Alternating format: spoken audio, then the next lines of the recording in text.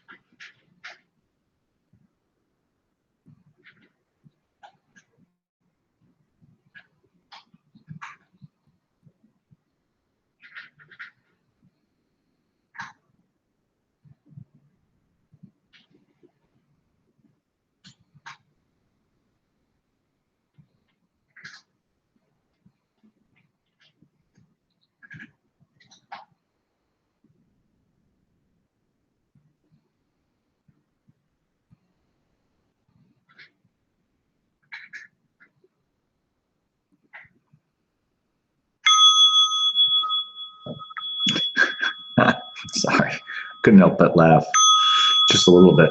One of my newly adopted cats is off there munching away in the background, and I was thinking about slamming work doors yesterday and cats munching away today and audio problems and meditation 3 days ago. And I just have to go off topic for a minute here. And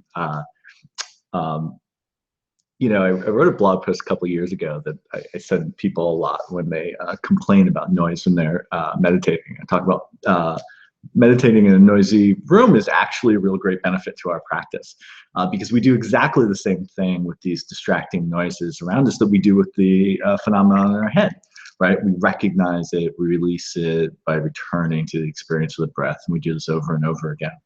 And the way I feel about it is if I'm getting irritated by the door slamming at work or the cat munching away as food, how can I possibly deal with the level of distraction that comes with the thoughts that are in between my ears, right? So there's no perfect place, right? There's no, like, you can go off a monastery that I meditated at for 6 or 7 years was out in the really middle of nowhere, up a mountain in the Adirondacks, and there was still birds, chipmunks, rain on the side of the building, the occasional odd car that delivery truck or something that would run up the road. And so like even this isolated, up in the mountains in upstate New York, still going to find distractions, right? Our cushion is this great opportunity to work with things and to be comfortable with whatever arises, right? So anyway, on to the topic for today. Really, I enjoyed this week. It was a little disorganized from the original plan. We kind of caught some topics, but I actually I enjoyed the way it rolled out, right? So, following the progression, maybe a little bit differently than the actual days we went, but we started with mindfully brushing our teeth, where we first saw in this very single pointed action how we could take, instead of using a breath as our anchor, something like brushing our teeth. And it was sort of single pointed, so it was a little bit easier in terms of a mindfulness action. Then we started mindfully walking, more challenging, more of our body to be aware of, to be connected to, and then we also have to start bringing in perception of our surroundings.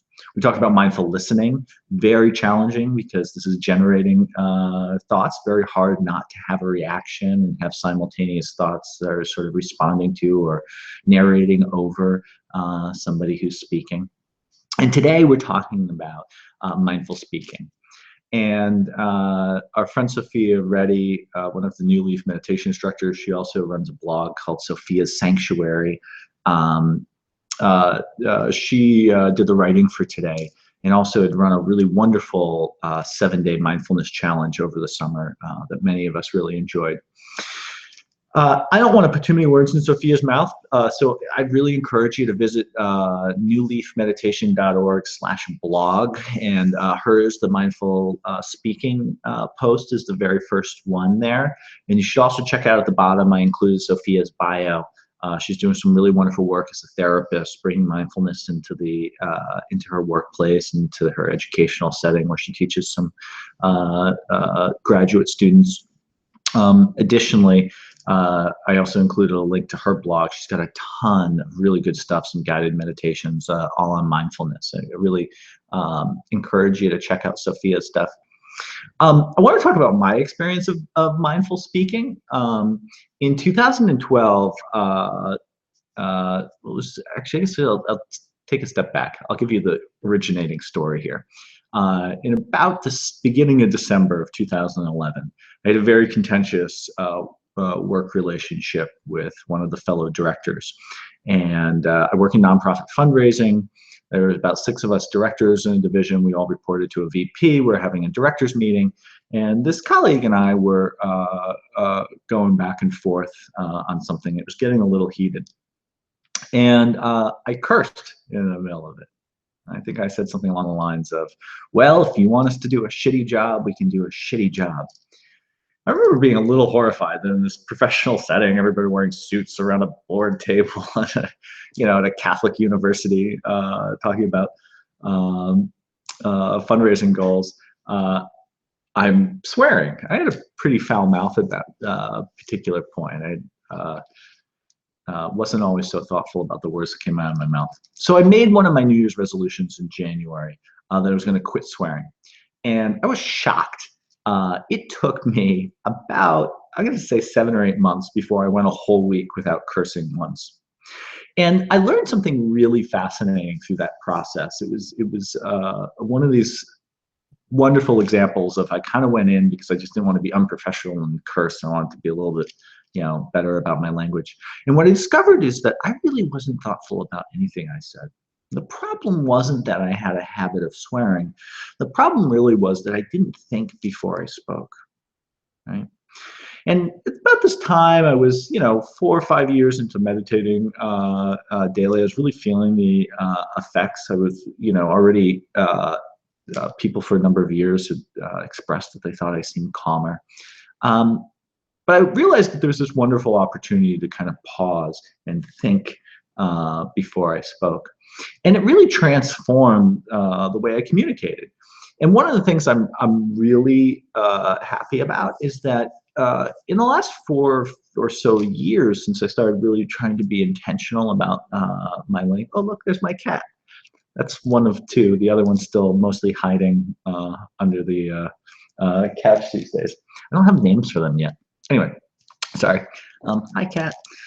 Uh, uh, this opportunity to pause, to reflect on my words before I speak, has led to I no longer really say things that I regret.